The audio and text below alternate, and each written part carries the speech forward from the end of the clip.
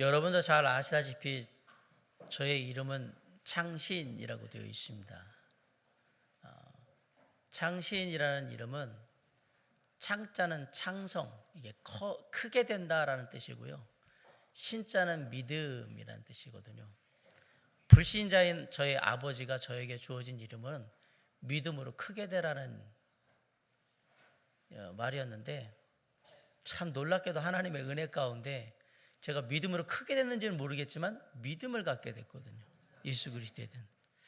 참 사람이 이름대로 되는 거를 성경에서 많이 보는데, 그 의미에서는 참 아버지에게, 물론 예수 믿고 돌아가신 아버지시라서 더 감사하기도 하고, 아버지에게 제 이름을 그렇게 지어주신 거에 대해서 너무나 감사한 마음이 있었습니다. 그래서 제 아내 이름을 한번 따져봤습니다. 혜경인데 은혜자의 서울경자더라고요. 이 바꿔 얘기하면 은혜의 중심이 되라는, 수도경자거든요. 은혜의 중심이 되라는 말입니다. 은혜의 중심이 되고 있는지 아는지는 모르겠지만 하나님의 은혜를 힘입고 사는 건 맞는 것 같아요. 이름대로 된다라는 것을 우리가 보게요.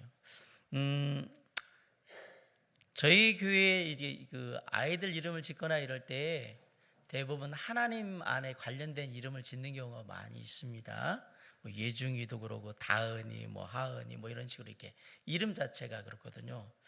그 이름에 담긴 의미가 있기 때문에 그래요. 그렇게 살기를 바라는 마음, 하나님의 은혜가 임하고 하나님의 도우심이 함께하는 삶이 되길 바라는 마음에서 부모님들이 아이들의 이름을 이렇게 예수님, 신앙과 관련된, 기독교와 관련된 이름을 짓는 것이 아닐까라고 생각을 합니다. 오늘 저는 예수님의 이름에 대한 얘기를 하려고 합니다. 우리를 위해 이 땅에 오신 우리 주 예수 그리스도의 그 담긴 비밀, 그 비밀을 얘기를 해보려고 합니다. 한평생을 뇌성마비로 살아오셨던 그 송명이라는 시인이 쓴 그 글에 보면 그 찬양에 이런 가사가 있어요. 예수, 그 이름 나는 말할 수 없네. 그 이름 속에 있는 비밀을, 그 이름 속에 있는 사랑을, 그 사랑을 말할 수 없어서 그 풍부한 표현 못해서 비밀이 되었네. 그 이름 비밀이 되었네. 사람들 그 이름 건축자들이 못 버린 돌처럼 버렸지만 내 마음에 새겨진 이름은 아름다운 보석, 내 마음에 귀한 비밀이라. 내 마음에 숨겨진 기쁨, 예수, 오 그 이름 나는 말할 수 없네 라는 그런 찬양이 있습니다. 제가 이 아침에 이걸 부르고 싶지만 시간 관계상 부르지는 않을 거고요. 이렇게 들으면서 제가 무슨 생각을 하냐면, 그 이름 속에 있는 비밀, 그 이름 속에 있는 사랑, 그 사랑의 풍부함을 내가 표현할 수 없다. 예수라는 그 이름 안에는 너무나도 많은 것이 들어있다고 고백하고 있는 가사가 너무 은혜롭게 다가오는 것을 보게 됩니다. 여러분은 예수라는 이름을 떠올릴 때 무슨 생각을 하십니까? 예수라는 그 이름이 과연 나하고 무슨 관계가 있을까요? 우리가 부르는 예수라는 이름은 하나님이 직접 지어주신 이름입니다. 그 모친 마리아가 요셉과 정혼했을 때에 예수님은 성령으로 마리아에게 잉태가 되었습니다. 이 일을 알게 된 요셉은 착한 사람이라서 마리아가 구설수에 오르게 하지 않기 위해서 지금 임신한 상태에 있는 마리아를 어떻게 할까라는 생각에서 고민하고 있는데, 그때 천사가 꿈에 나타나서 얘기를 합니다. 20절에 보세요. 다윗의 자손 요셉아, 네 아내 마리아 데려오기를 무서워하지 말라. 그에게 잉태된 자는 성령으로 된 것이라. 천사가 뭘 얘기를 해주냐면, 먼저 이 아이가 어떻게 잉태가 되었는지, 어떻게 생기게 되었는지 그 연유를 설명을 합니다. 그리고 그 아이의, 잉태된 아이의 이름을 알려줘요. 21절에 아들을 낳으리니 이름을 예수로 하라. 이는 그가 자기 백성을 그들의 죄에서 구원할 자이심이라 하니라 라고 했습니다. 예수라는 이름의 뜻이 뭡니까? 수능 국어 13번 문제. 예수를, 마태복음 1장 21절 아들을 낳으리니 이름을 예수라 하라. 이는 그가 자기 백성을 그들의 죄에서 구원할 자이심이라 하니라. 예수라는 이름은 무슨 의미를 가지고 있습니까? 3점짜리 문제. 자, 이거 맞히면 1등급이 되는 거고요. 이거 틀리면 2등급으로 해서 좋은 대학교는 못 간다 이렇게 되겠네요. 자, 예수의 뜻이 뭡니까? 네, 예수 자기 백성을 그들의 죄에서 구원을 자. 그게 예수라는 이름에 담긴 의미예요. 사실 예수라는 이름은 그 당시에는 오늘 찬양처럼 평범한 이름이에요. 흔한 이름이었어요. 그 당시 많은 부모들이 어떤 자기 자녀가 민족의 지도자로서 나라에 정말 큰 역할을 감당하길 바라면 뭐라고 그랬냐면 예수라고 이름을 지었던 거예요. 우리가 철수영이 이렇게 짓듯이 그렇게 불렀어요. 그런데 많은 예수가 있지만 하나님께서 직접 이름을 지어 부른 예수는 오직 한 분입니다. 그뿐만 아니라 많은 예수라는 이름의 사람들이 이 땅에 태어났지만 수백 년 전에 한 아기가 우리에게 낳고 그 아들을 우리에게 주신 바 되었는데 그 이름은 기묘자라 모사라 전능하신 하나님이라 영존하신 아버지라 평강의 왕이라는 하나님의 예언의 말씀을 따라 오신 예수는 오직 한 분이라는 사실입니다. 그러므로 우리가 예수라는 그 이름을 부를 때는 그 이름에 담겨 있는 그 중요한 의미들을 다 생각하면서 불러야 한다라는 사실이에요. 예수라는 이름을 먼저 우리가 부르면 그 예수라는 이름이 오늘 본문에 보면 내가 어디에 소속되어 있는가를 알려줘요. 예수님의 이름에 담겨 있는 우리의 소속이 있어요. 뭐라고 되어 있냐면 자기 백성 이렇게 되어 있습니다. 바꿔 얘기하면 예수를 믿는 자는 누구의 백성이라고요? 예수의 백성, 예수 그리스도의 백성이라고 분명히 소속을 분명히 얘기하고 있습니다. 여러분의 소속은 어디입니까? 맨체스터 유나이티드입니까? 토트넘입니까? 아니요. 우리는 예수 그리스도에게 속한 자들입니다. 아멘. 자, 내가 어디에 소속되어 있는가를 가장 잘 알 수 있을 때가 있어요. 여러분이 해외여행을 가보시면 내가 어디에 소속되어 있는지를 정확하게 알 수 있어요. 왜? 여권을 가지고 나가잖아요. 해외여행을 가면 내가 어디에 소속되어 있다는 걸 알아요? 대한민국이라는 나라에 소속되어 있다는 걸 금방 압니다. 근데 여러분 아십니까? 우리 대한민국 정말 대단한 나라입니다. 해외에 대한민국의 여권을 가지고 나가는 것은 아주 대단한 나라라는 것을 보여주는 겁니다. 왜냐고요? 우리나라 여권이 무비자로 입국할 수 있는 나라가 189개국입니다. 그러니까 비자 없이 뭐 15일 또는 30일을 그냥 여권만 가지고 다닐 수 있는 나라가 189개국인데 다 그런 거 아닌가? 절대 아닙니다. 이거는 여권에 있어서 여권 파워가 세계 3위입니다. 1위가 어디냐면 일본이에요. 190개국을 다닐 수 있고요. 무비자로. 2위가 싱가포르예요. 189개국. 3위가 독일, 프랑스, 한국 188개국을 다닐 수 있어요. 대단한 나라예요. 중국 사람들 못 다닙니다. 다른 나라는 못 다닙니다. 우리나라가 그렇게 다니는 거예요. 아, 내가 속해 있는 대한민국의 나라가 밖에 나가면 대단한 나라였던 거예요. 그런데 우리는 여권을 딱 보면서 뭘 아느냐? 소속을 알아요. 딱 공항에 가가지고 여권의 색깔을, 요즘에 여권 색깔 다시 바뀝니다. 바뀔 건데 여권의 색깔 딱 보면 아, 이 사람이 한국 사람인지 아닌지는 여권에 들고 있는 색깔을 보면 알 수 있어요. 거기가 속해 있다라는 얘기이기 때문에 그래요. 그런데 우리에게는 또 다른 시민권이 있습니다. 바로 예수 그리스도의 나라, 하나님의 나라의 시민권이 우리에게 있다는 사실이에요. 세상이 바뀌어서 혹여라도 그럴 일은 없겠지만 대한민국이라는 나라의 국민으로서의 내 지위와 내 상황이 흔들릴 수 있고 어려울 수 있고 전쟁의 위협을 당할 수 있고 여러 가지 것들에 의해서 문제가 있을 수는 있겠지만 어깨에 모든 정사를 걸머쥐고 있는 그분의 나라, 하늘과 땅의 모든 권세를 가진 영원한 하나님의 나라의 백성으로서의 우리의 지위는 결코 변함이 없다는 것을 믿으시기 바랍니다. 비록 이 세상에서 우리가 세상의 사람들로서 이런저런 일 당하면서 억울하고 분하고 서럽고 답답하고 괴로움 당할지 몰라도 하나님의 나라의 백성으로서 우리에게 주어진 것은 하나님 나라의 기쁨이요 평안이요 다함이 없는 은혜요 풍성함이라는 사실을 잊으시면 안 된다는 사실이에요. 그만큼 하나님의 나라의 백성으로서의 우리의 입지는 확고하단 말이에요.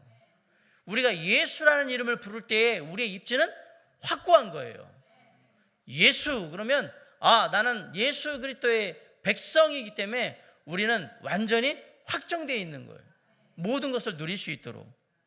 우리 모든 믿는 자는 예수 그리스도의 백성인 줄 믿습니다. 우리 모든 믿는 자는 하나님의 백성임을 믿습니다. 그런데 이 하늘의 시민권을 어떻게 가질 수 있느냐? 그냥 하늘나라의 백성이 되는 것이 아니었던 거예요. 예수님의 이름 안에 분명히 그 답이 들었어요. 예수가 무슨 뜻이라고 했습니까? 수능 문제 15번 다시 묻습니다. 예수는 무슨 뜻입니까? 자기 백성들을 그들의 죄에서 구원할 자라고 했어요. 그러면 어떻게 하나님의 나라의 백성이 되느냐? 예수님이 자기 백성들을 그들의 죄에서 구원하면 하나님의 백성이 되는 겁니다. 나와 있잖아요. 모든 사람을 괴롭게 하는 가장 큰 문제가 뭐냐? 죄입니다. 죄는 언제든지 사람을 불행하게 합니다. 죄로 인해 잘못된 거짓된 인생을 살며 평생을 죄로 인해서 고통받고 사는 사람들도 참 많습니다. 한 번 지어버린 죄의 결과는 결코 돌이킬 수 없습니다.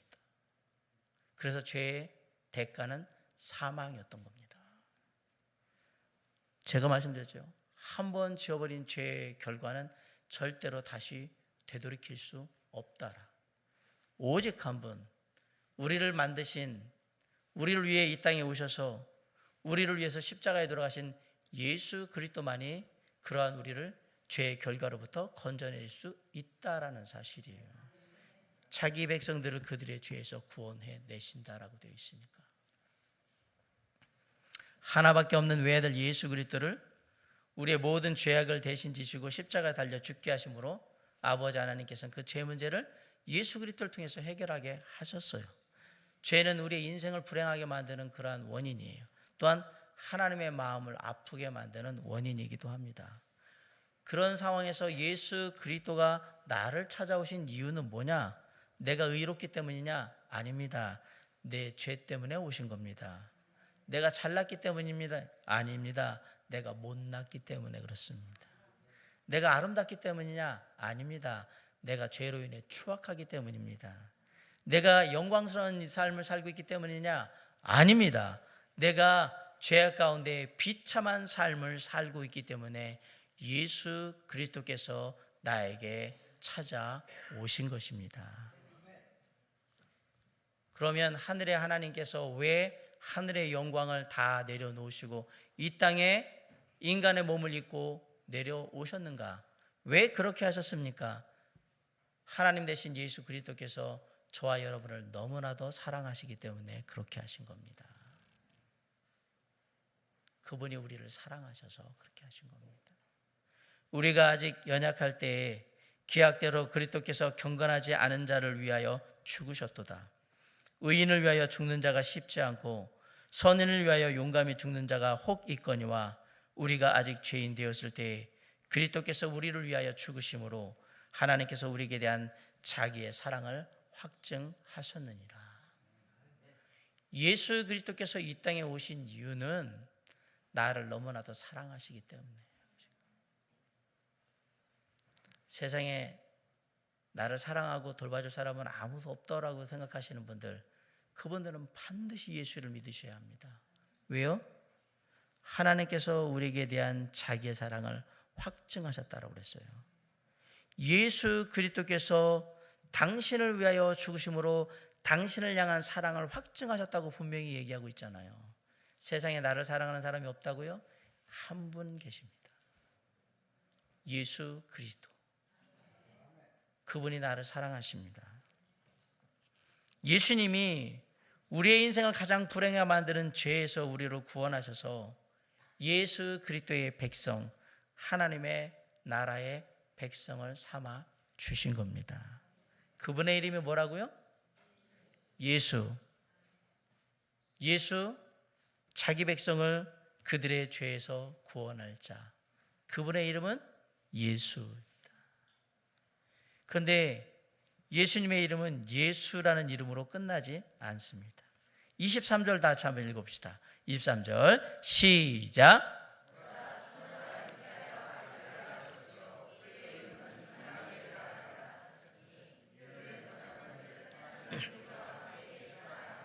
아멘. 자, 수능 문제 16번 마태복음 1장 23절을 읽고 다음 물음에 답하시오. 보라, 처녀가 잉태하여 아들을 낳을 것이요 그의 이름은 임마누엘이라 하리라 하셨으니 이를 번역한즉 하나님이 우리와 함께 계시다 함이라. 16번 예수의 또 다른 이름은 무엇입니까? 네.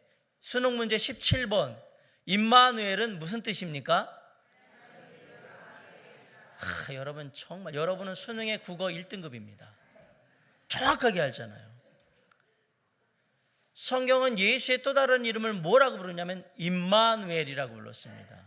그럼 임마누엘이 무슨 뜻인가 궁금했는데 그 밑에 딱 얘기했어요. 이를 번역한즉 하나님이 우리와 함께 계시다. 우리와 함께 계시는 하나님의 이름이 뭐라고요? 우리와 함께 계시는 하나님의 이름이 뭐라고요? 그 임마누엘이 누구시라고요? 그 임마누엘이 누구시라고요? 예수입니다. 우리와 함께 하시는 하나님이 누구다? 예수라고 얘기하고 있어요. 임마누엘. 하나님께서 죄로 인하여서 죽을 수밖에 없는 우리를 구원하는 사역으로만 예수님이 그 사역을 마무리하지 않고 뭐라고 하셨냐면 나는 너희의 임마누엘이라 라고 얘기를 하신 거예요. 내가 너와 늘 함께 하겠다. 네, 놀라운 일이에요.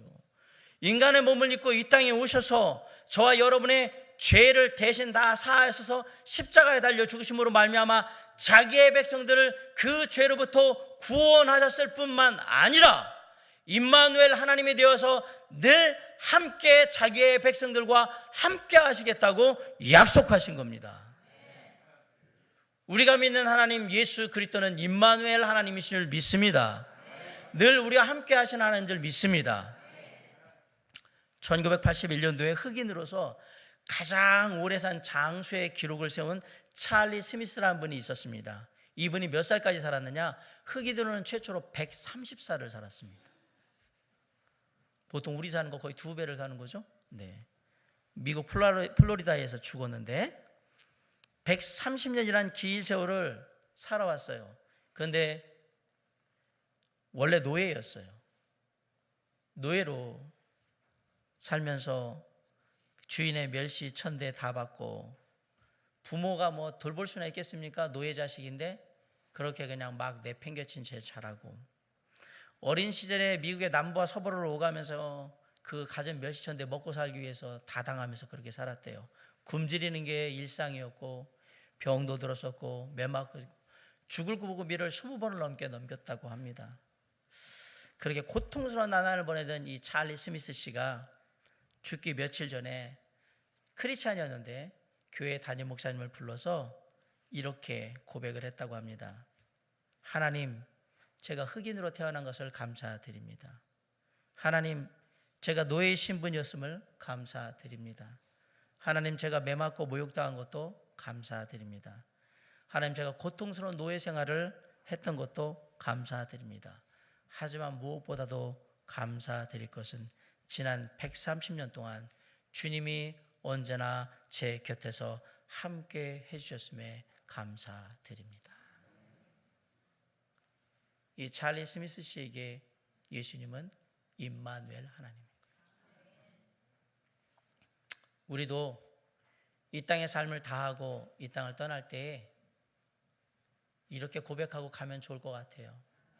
주님, 그동안 죄 많고 연약하고 어리석고 미련하여서 제멋대로 행했던 저를 그래도 사랑하셔서 자녀 삼으시고 저희 삶에 함께 하셔서 지금까지 이끌어 주신 늘 함께 해주신 그 주님께 감사드립니다. 이제 주님께로 갑니다. 받아주시옵소서. 이렇게 고백하고 가면 얼마나 좋을까 생각해 봅니다. 예수 임마누엘 하나님, 그분이 우리와 늘 함께 하십니다. 내가 기쁠 때나 내가 슬플 때나 내가 괴로울 때나 내가 답답할 때나 언제나 나를 가장 잘 아시는 하나님 예수 그리스도 임마누엘의 하나님이 우리와 함께 하실 겁니다. 사랑하는 사람을 잃은 아픔을 당했을 때도, 믿었던 친구나 동료들로부터 배반을 당했을 때도, 도저히 세상에서 믿기지 않는 일을 당해서 억울하고 답답할 때에도, 그때도 임마누엘의 하나님 예수님께서는 저와 여러분과 함께 하실 겁니다.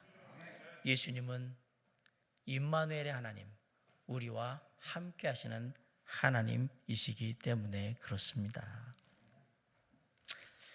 목사님, 저 같은 사람은 너무 죄가 많아가지고요, 너무 지저분하고 더럽고 추악해서 하나님 앞에 나갈 수가 없어요. 그렇게 말씀하셨습니까? 당신이 부르는 그 하나님의 이름 예수, 그분은 당신의 모든 죄를 다 용서하시고 구원할 수 있는 하나님 예수라는 걸 잊지 마시기 바랍니다. 목사님, 저는 친구가 하나도 없어요. 그 누구도 나를 사랑하지 않고 나와 함께 하려고 하지 않아요. 그래서 저는 늘 외롭고 쓸쓸하고 힘들어요. 그렇습니까? 그러면 예수의 이름을 부르십시오. 그분의 이름은 임마누엘, 우리와 함께 하시는 하나님이십니다. 그 예수 임마누엘의 하나님이 지금 저와 여러분을 부르시는 겁니다. 마태복음 11장 28절에 보면 수고하고 무거운 짐진 자들아 다 내게로 오라, 내가 너희를 쉬게 하리라. 오늘 이곳에는 이미 예수라는 이름을 부름으로 말미암아 나의 모든 죄를 예수 그리스도의 십자가의 대속의 은혜로 다 용서함 받고 예수 그리스도의 백성, 하나님의 나라의 백성이 된 분들도 계시고, 그래서 예수의 이름을 마음껏 부르는 분들도 계시지만, 정말로 예수 임마누엘이라는 그 이름이 나하고 무슨 상관이 있을까?